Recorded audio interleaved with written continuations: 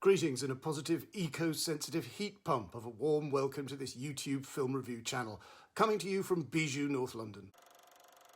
The tragicomic spectacle of American wrestling, with all its poignant pantomime machismo and showbiz fury, is the subject of Sean Durkin's deeply sad, odd, true-life drama, The Iron Claw. It's based on the case of the Von Erich family, like the Von Trapp family, only with a roid rage death wish.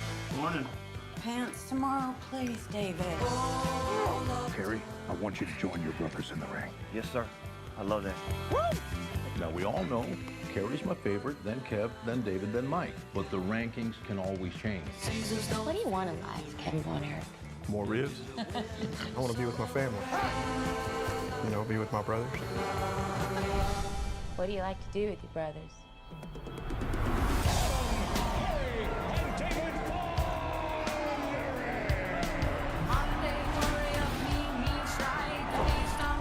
Together, we can do anything.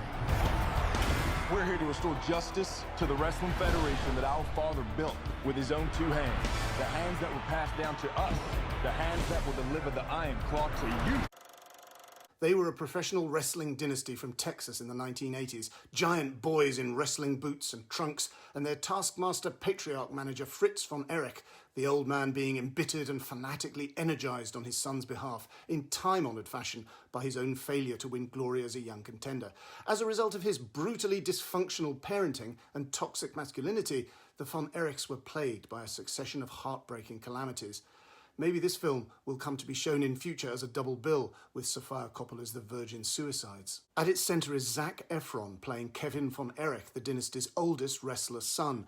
Efron's appearance in this film is quite extraordinary. The elfin boy we knew from High School Musical is gone. That was evidently his Bruce Banner phase.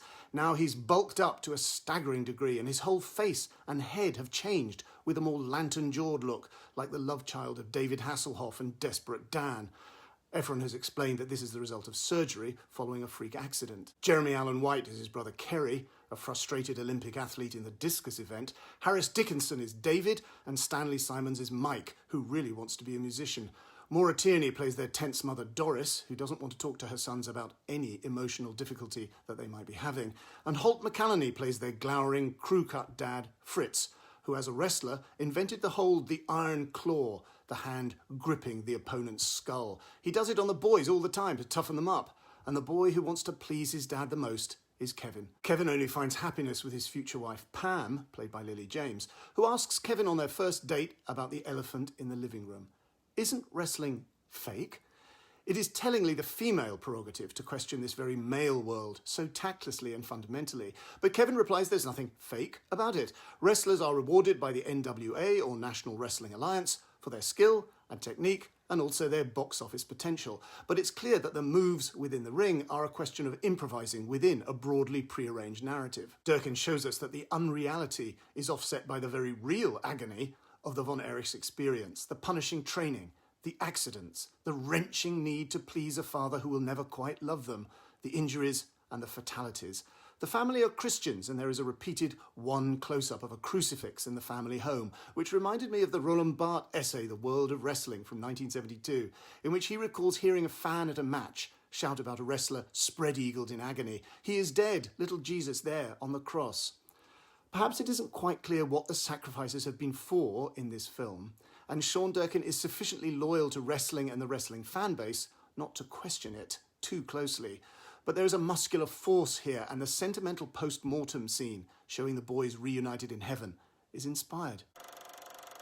Okay, that's it for the time being. Please recognise that you have a part to play in the important task of building my digital brand. So give this vlog a fervent like and a share on social media, and please, don't be difficult about this. Subscribe to this channel, and don't, for heaven's sake, do that thing of saying, oh, I may not want to, or, it's up to me whether I subscribe or not. That's the sort of attitude that gets the internet a bad name.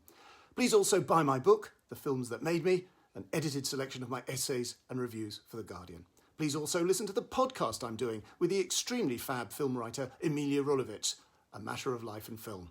See you next time.